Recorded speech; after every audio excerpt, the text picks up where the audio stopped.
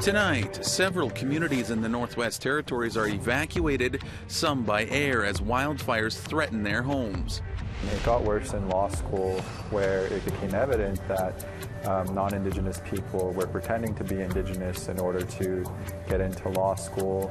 Plus, a gathering in Calgary looks at the problem of people falsely claiming Indigenous ancestry and ways to take action. Me and Shayna were talking about incorporating a Barbie-inspired sweater into our new clothing line, and we decided that we would get Alexis to draw it up for us. And a 13-year-old graphic designer from Norway House Cree Nation takes inspiration from a blockbuster movie for a new clothing line.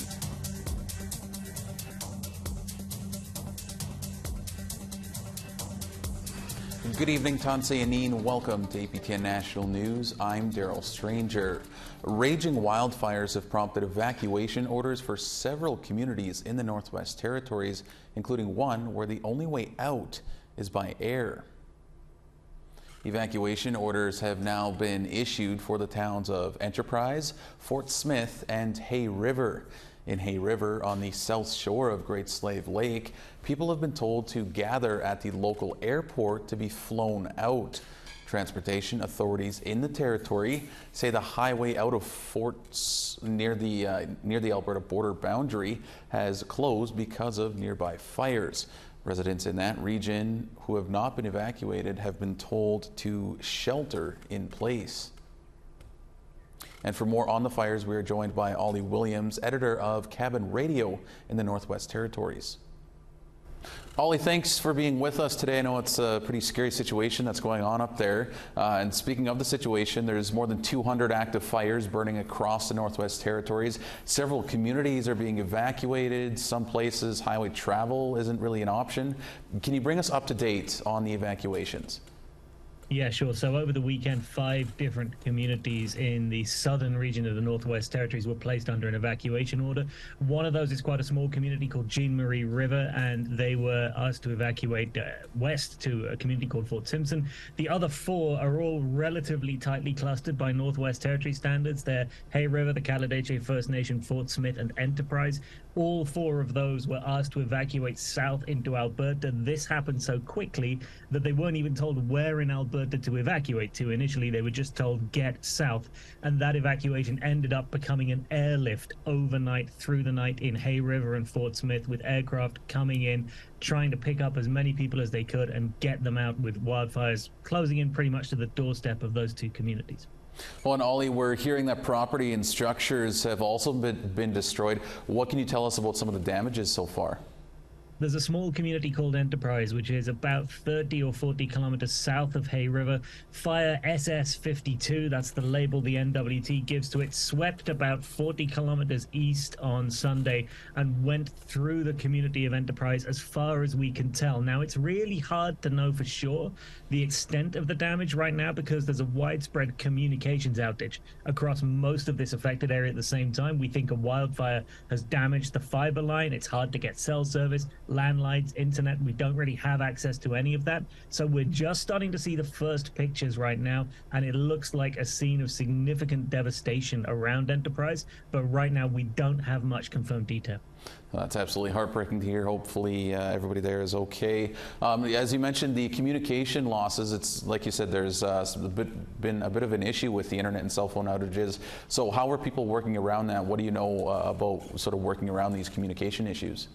Yeah, there were times yesterday when a dozen or more of the 33 communities in the NWT had lost at least some, if not all, of their communications. So we even had fire chiefs in the northern areas of the Northwest Territory saying, well, we can't even access our own radio networks to carry on doing our job and getting police and fire calls. So this is a huge issue in the Northwest Territories. In places like Fort Smith, where they were doing an airlift last night to get people out, emergency responders have their own closed-circuit radio network, but they were also using Starlink to be able to get information out and back rather than relying on the fiber line. So we're starting to see that low Earth orbit satellite technology come in handy and prove really critical in a situation like this where people need to get word out. But otherwise, people have just been going door to door. These are communities of 2,000, 3,000 people. You've had firefighters just going up and down with emergency responders, getting people out of houses to shelter in place, then getting them to the airport and getting them out. Well, Ollie, we'll have to leave it there, but we certainly appreciate your time and hope nothing but safety for everyone over there and affected by these fires. Thanks so much. Thank you. We'll certainly keep an eye on that story. And crews in Maui are desperately searching for survivors of deadly and highly destructive wildfires. The official death toll has now hit at least 96 people, with hundreds still unaccounted for. So many things are going through my mind. Cars are panicking, and I have it on video where my son was, in the video, he's like, "Oh, Mom, it's hot. I can feel it." So instantly I'm telling my husband, I need a reverse. I need a reverse. We need to get out and run. In the hardest hit area of Lahaina, cadaver dogs are being used to sniff out remains from the ruins left by the fire.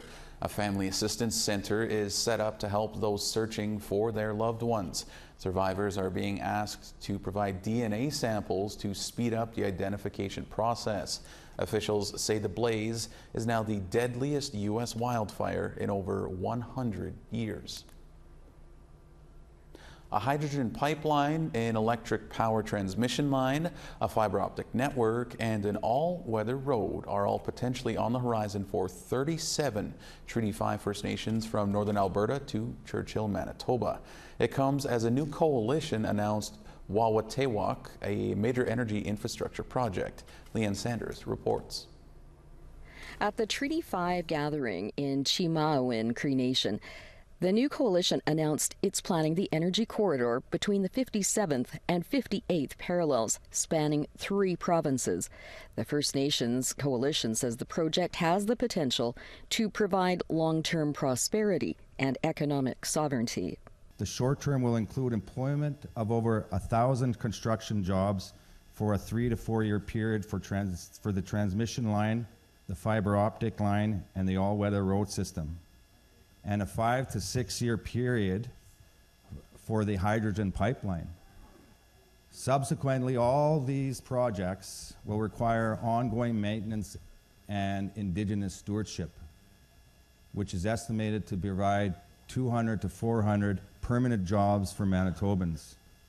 The electric power transmission line will be similar to a system installed in northern Ontario for Wate. Unlike past hydro projects, which Sweeney noted have had negative impacts on some Manitoba First Nations, he says the Energy Corridor project will establish a legacy of economic independence for nations across Turtle Island. The days of dividends, advisory level equity partnerships, paternalistic policies, outdated acts such as the Water Power Act designed to restrict and marginalize the inclusion of the First Peoples must come to an end, especially when considering new projects within our traditional territories. Sweeney says an environmental impact assessment, feasibility, and Indigenous land use studies have to be completed yet, but he's hopeful the project will get underway in 2 years. Leanne Sanders, APTN National News, Winnipeg. The effort to stop a facility being built to store low-level nuclear waste continued in Ottawa today as representatives from 3 Quebec-based Algonquin First Nations appeared before the Canadian Nuclear Safety Commission. Afterward, the Algonquin communities held a press conference to again express their opposition to the proposed waste disposal facility. If built near Deep River, Ontario, it would be located a short distance from the Ottawa River. Canadian Nuclear Laboratories, known as CNL, would build and operate the facility.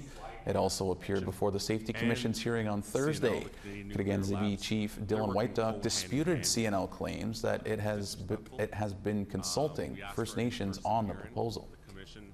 We don't agree with it, and this group, as I mentioned, is just they're not reconciliation.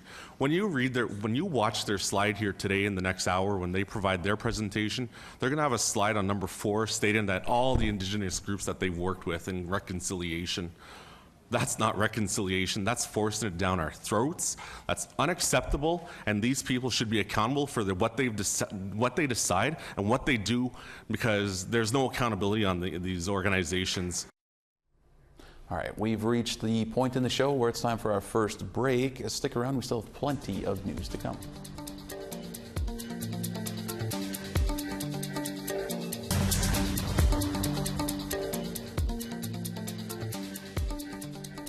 Welcome back to APTN National News. There was a day-long conference held in Calgary last week called Indigenous Identity and Pretendians. It happened at the Grey Eagle Casino and Resort. Its aim was to educate people about the growing problem with people falsely claiming Indigenous ancestry. APTN's Chris Stewart was there. Elena Dorr is the CEO of Indigenous Gatherings. She created this conference because she believes too many Indigenous people are losing out on job and scholastic opportunities to non-Indigenous people who falsely claim to be Indigenous. I've had so many experiences. I was appointed to the Alberta First Nations Women's Council on Economic Security, and there was self-identification to become a member. And these positions are held for First Nations people who can speak, who can represent and make recommendations and policy for the people. And when we have someone there who is not Indigenous, who self-identifies, who's never grown up on a reserve or isn't part of the community, that could really change the way policy is made, and those benefits or those opportunities do not even reach the community. Andre Baer is a Plains Cree advocate for inherent and treaty rights. He's working on his doctorate in law, and he spoke at the conference. Baer says he experienced firsthand how spots intended for Indigenous students go to others instead. And it got worse in law school, where it became evident that non-Indigenous people were pretending to be Indigenous in order to get into law school, and then they began applying and winning scholarships for thousands and thousands of dollars, and unfortunately it was at the expense of visibly Indigenous peoples, especially people from the reserve, that were not able to get those scholarships. Jean Taye is a Métis lawyer who specializes in Indigenous rights law. She spoke on video conference about how self-identifying as Indigenous is not enough. She says schools, employers, and government must do more to combat the problem. Fiona Kirkpatrick-Parsons is the Senior National Advisor for Deloitte Indigenous. The company supports Indigenous businesses and communities. She says that it is looking at changing their hiring policies. She is here to become more informed. I came here just to make sure, along with a colleague of mine, to make sure that we are getting as many perspectives as possible as we go forward, because it's a very nuanced and very complex issue. It's not something that's very, very simple to solve, but the fact is we have to do something, and we're taking that step to do just that. Chris Stewart, APTN National News, Calgary. Atikumek is the only language to gain more speakers in Quebec among First Nations between 2016 and 2021, according to new data. 2 years ago, the Atikumek Nation released an Atikumek French dictionary to promote the language. Now, the community has created a new thematic dictionary that focuses on the culture. Here's Maricela Amador with more. If you travel into any of the 3 Atikumek communities in Quebec, you will hear the language spoken everywhere. By leaders, by elders, and by the youth. And the numbers don't lie. Recent data from Statistics Canada shows that not only is Atikumek one of the strongest languages in Quebec, but also one of the fastest growing. And now the nation continues its conservation efforts with the launch of a thematic Atikumek French dictionary.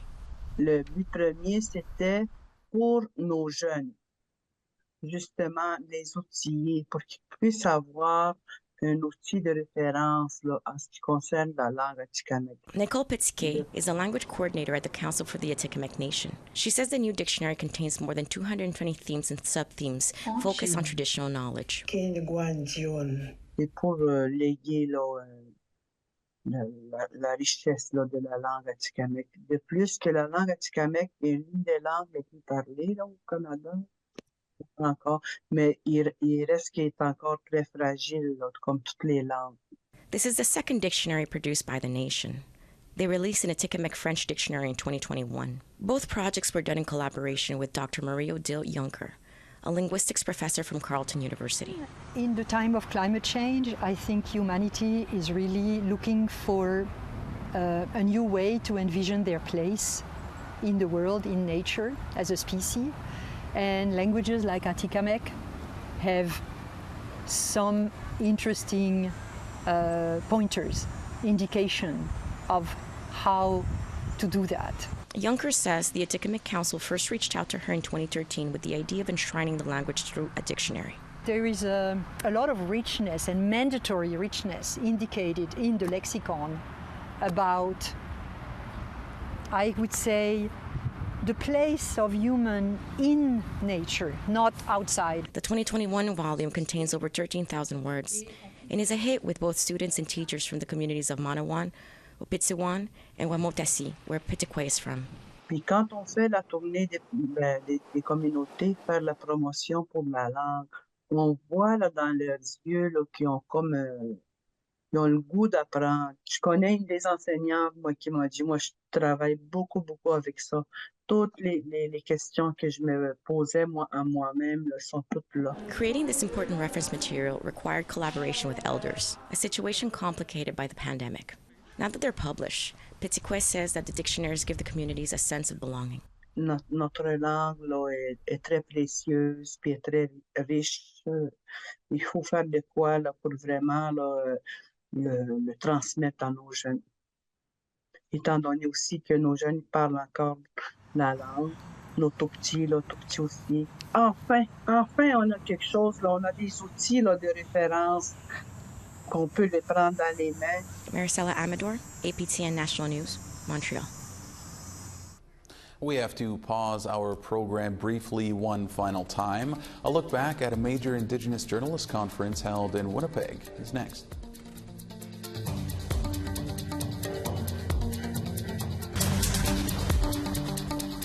Welcome back. It's time now for our photo of the day.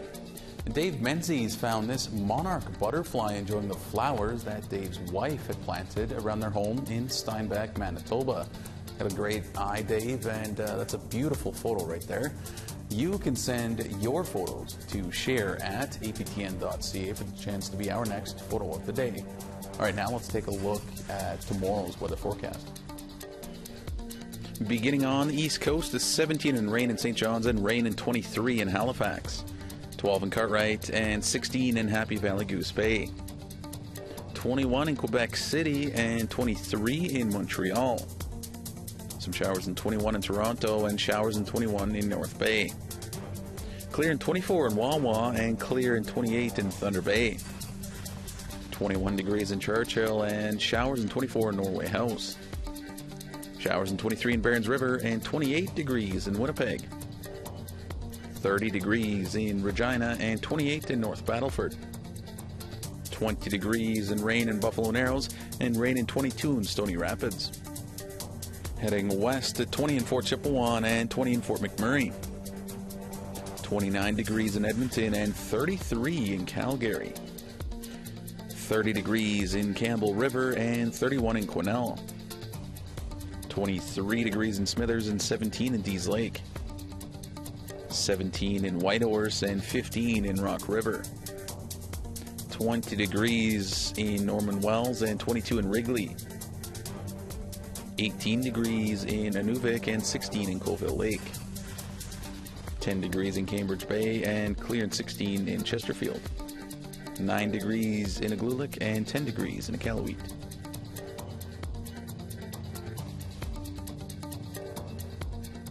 A 13-year-old graphic design artist from Norway House Cree Nation in Manitoba has designed a new hoodie for her mom's apparel line that was inspired by the Barbie doll. Alexis Moa-Keeper designed this Indigenous Barbie image. It will be used for some new merchandise that her mother, Janine Mowat, and her business partner, Shayna Gray of Enclave Apparel, will be selling online.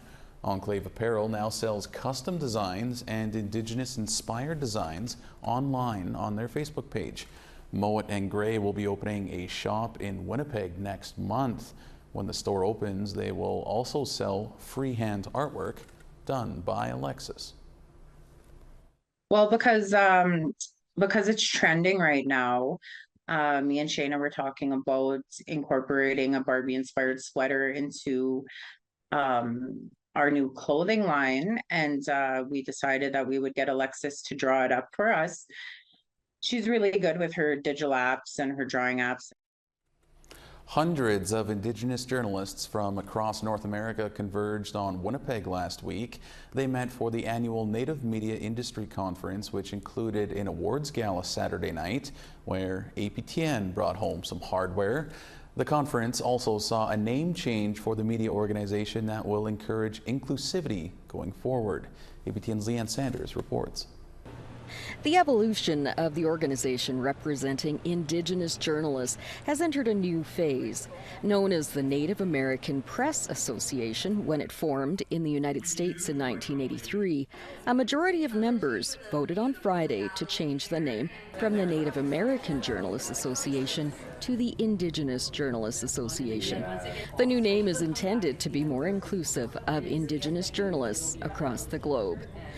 APTN News was recognized with a number of awards, including the Elias Bodenot Free Press Award.